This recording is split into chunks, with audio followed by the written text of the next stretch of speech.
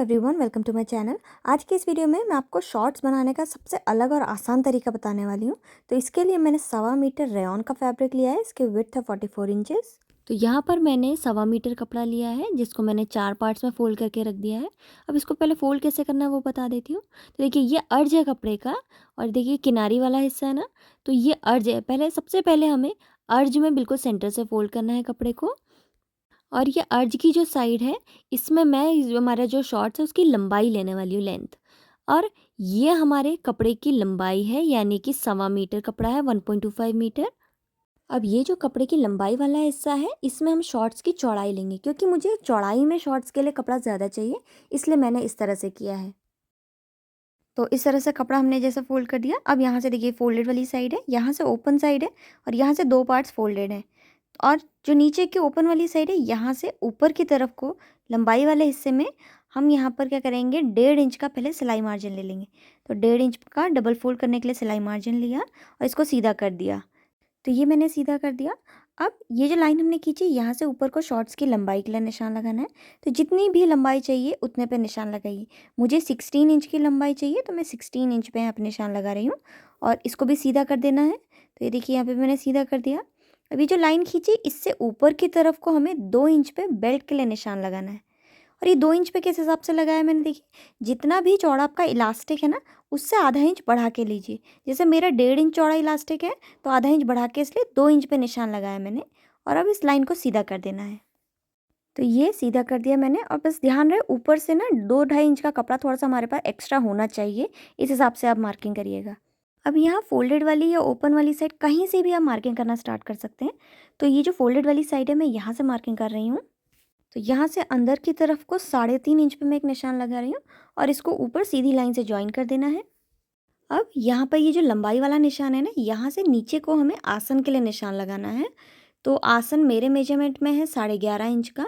और ये किस हिसाब से आया, इसका फॉर्मूला आप स्क्रीन में देख सकते हैं।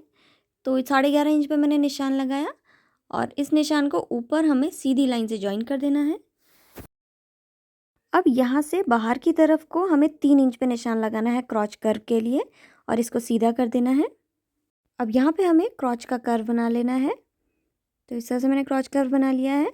अब इसको हमें यहाँ पर इस पॉइंट को बाहर की तरफ को इस तरह से सीधे में ज्वाइन कर देना है। तो ये मैंने ज्वाइन कर दिया। तो ये देखिए, ये आसन वाली साइड की मार्किंग हो गई है। अब दूसरे तरफ की करनी है। तो ये जो आसन का मार्किंग हमने करी है ना, यहाँ से अंदर की तरफ को हम बाकी का मेजरमेंट लेंगे कमर के लिए। तो कमर के लिए निशान लगाने के लिए पहले हमें हिप का मेजरमेंट लेना होगा। तो जितना भी आपका हिप राउंड है, आप उसमें 4 या फिर 6 इंच की लूजिंग ऐड करिए और फिर जितना भी आएगा उसको 4 से डिवाइड कर दीजिए। जैसे मेरे मेजरमेंट में हिप राउंड है 36 इंच का, उसमें 6 इंच की लूजिंग ऐड करी मैंने और 4 से डिवाइड किया उसके बाद, तो आया 10.5 इंच। और 10.5 के बाद साइड में हमें आधा आधा इंच का सिलाई मार्जिन भी लगेगा दोनों तरफ से। तो हम 1 इंच का कपड़ा और बढ़ा लेंगे, तो 11.5 इंच आया। तो 11.5 इंच पे मैं यहाँ पे निशान लगा रही हूँ। अब इसको सीधी लाइन से ऊपर ज्वाइन कर देना है। तो देखिए, सीधी लाइन से ज्वाइन कर दिया। अब इस निशान को हमें यहाँ कोने से मेजर करना है, कितना आ रहा है। तो ये लगभग 15 इंच का करीब आ रहा है। तो जितना भी आएगा उससे 1 इंच बढ़ा के हम नीचे पे निशान लगाएंगे। तो नीचे पे मैं यहाँ पे 16 इंच पे लगा रही हूँ। 15 इंच का आया, 16 इंच पे नीचे निशान लगाया। अब इसको यहाँ पर सीधी लाइन से हमें ज्वाइन कर देना है। तो ये मैंने ज्वाइन कर दिया। अब ये जो लेंथ वाली लाइन है ना, लेंथ वाली लाइन से नीचे की तरफ को हमें पहले 3 इंच पे एक निशान लगाना है।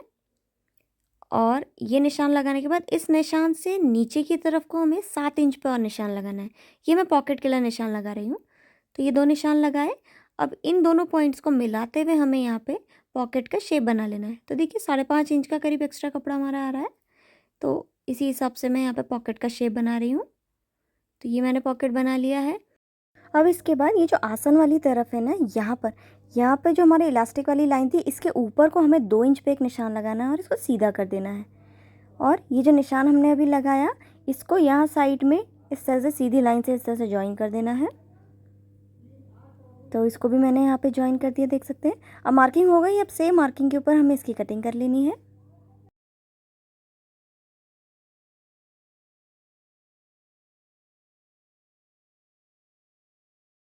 तो यहाँ पर मैंने इसकी कटिंग कर ली है। अब देखिए, ये 4 पार्ट्स हैं हमारे। तो 4 में से जो ऊपर के 2 पार्ट्स हैं उनको हमें लेना है और जो नीचे के 2 पार्ट्स हैं उनको हमें हटा देना है। तो जिस हिस्से में हमने मार्किंग करी थी वो मार्किंग वाले 2 कपड़े हमें लेने हैं। तो इस तरह से इसको मिलाते हुए हम यहाँ पे रखेंगे और देख सकते हैं ये देखिए दोनों की सीधी तरफ दूसरे की ओर होनी चाहिए। इन दोनों को मैं फ्रंट के पार्ट बनाऊंगी और जो 2 हमने हटा दिए हैं वो बैक वाले पार्ट से। तो फ्रंट वाले पार्ट में हमें ये जो हमने एक्स्ट्रा 2 इंच का कपड़ा बढ़ाया था ये नहीं चाहिए हमें, तो इसको अब हम कट कर लेंगे सेम मार्किंग के ऊपर। तो ये मैंने यहाँ पे कटिंग कर ली है। अब ये फ्रंट पार्ट बन गया है। अब हमें क्या करना है, इसको ऐसे ही रखना है देखिए मिलाते हुए, और इसके आसन में आधा इंच की दूरी पे सिलाई लगानी है। सेम इसी तरह से जो बैक के हमने 2 पार्ट्स हटाए थे उसके आसन में भी सिलाई लगानी है। तो देखिए मैंने यहाँ पे सिलाई लगा दी है। सेम इसी तरह से बैक वाले के दोनों पार्ट्स पे भी सिलाई लगा दी है। अब ये जो फ्रंट वाला पार्ट है इसको फैलाते हुए हमें रखना है।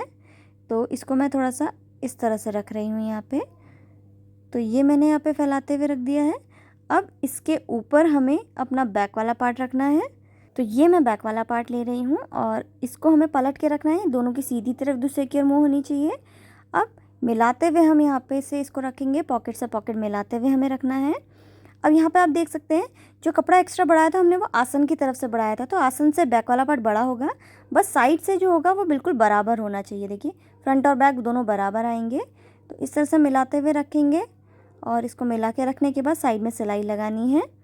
तो ये कि यहाँ से हम आधा इंच की दूरी पे सिलाई लगाएंगे पॉकेट से लेते हुए, फिर यहाँ नीचे की तरफ पे सिलाई लगा लेंगे। सेम इस तरह से दूसरी तरफ पे भी लगाएंगे। तो देखिए पहले साइड में सिलाई लगाई, यहाँ सुई नीचे होनी चाहिए, उसके बाद पलट के हम यहाँ पे पॉकेट में सिलाई लगाएंगे और पॉकेट में भी दूसरे कोने पे आके यहाँ पे सुई नीचे होनी चाहिए, फिर हम इसको पलटेंगे और नीचे की तरफ पे भी सिलाई लगा लेंगे। तो देखिए मैंने यहाँ पे इस तरह से सिलाई लगा दी है। सेम इस तरह से दूसरी तरफ में भी लगा दी है।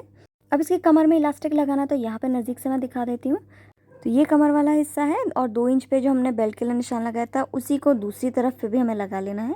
तो दूसरी साइड पे भी 2 इंच पे निशान लगा के इसको मैं सीधा ज्वाइन कर दे रही हूँ। तो ये मैंने यहाँ पे सीधा ज्वाइन कर दिया है। अब देखिए फ्रंट वाला पार्ट छोटा है और बैक वाला पार्ट देखिए इस तरह से बड़ा है। तो इसी तरह से अब हमें बैक में भी यहाँ पे 2 इंच में से ये इलास्टिक के लिए निशान लगाना है। तो इसको मैं पलट के रख रही हूँ और पलट के रखने के बाद इसमें भी हर 2-2 इंच पे जैसे जैसी कटिंग है ना वैसे वैसे में ही हमें 2-2 इंच पे निशान लगाना है बेल्ट के लिए और सीधी लाइन से ज्वाइन कर देना है। तो ये निशान लग गया। अब यहाँ तक के कपड़े को हमें फ़ोल्ड करना है। तो पहले ऊपर से आधा इंच का हम फ़ोल्ड करेंगे, फिर ये जो मार्किंग हमने करी है यहाँ तक के कपड़े को हम फ़ोल्ड कर देंगे। तो जैसी मार्किंग है वैसा ही फ़ोल्ड करने के बाद मैं इसमें प्रेस लगा दे रही हूँ ताकि सिलाई के टाइम में मुझे प्रॉब्लम ना हो। सेम इसी तरह से दूसरी तरफ पे भी मैं यहाँ पे सिलाई लगा रही हूँ और इसी तरह से हमें फ्रंट वाले हिस्से में भी जहाँ पर तक मार्किंग है वहाँ तक कपड़े को फ़ोल्ड कर देना है।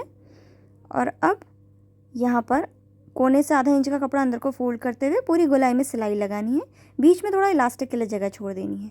तो ये देखिए यहाँ से मैं सिलाई लगाना स्टार्ट कर रही हूँ।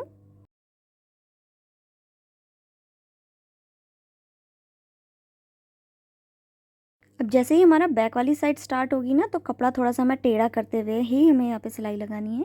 जैसा हमने प्रेस करके दबाया है वैसे में ही सिलाई लगाएंगे। अब जहाँ पे जैसे ही बैक वाले पार्ट का सेंटर आएगा ना यहाँ पर हमें 2 छोटी छोटी सी प्लीट्स डाल देनी है। तो देखिए इस तरह से यहाँ पर मैंने एक छोटी प्लीट डाली एक तरफ पे, आसन की एक तरफ पे एक छोटी प्लीट, और सेम इसी तरह से आसन की जो दूसरी तरफ है वहाँ पर भी हमें एक छोटी सी प्लीट डाल देनी है। तो इस तरह से हमें यहाँ पर प्लीट डालनी है और बाकी का सेम ऐसे ही हमें सिलते जाना है।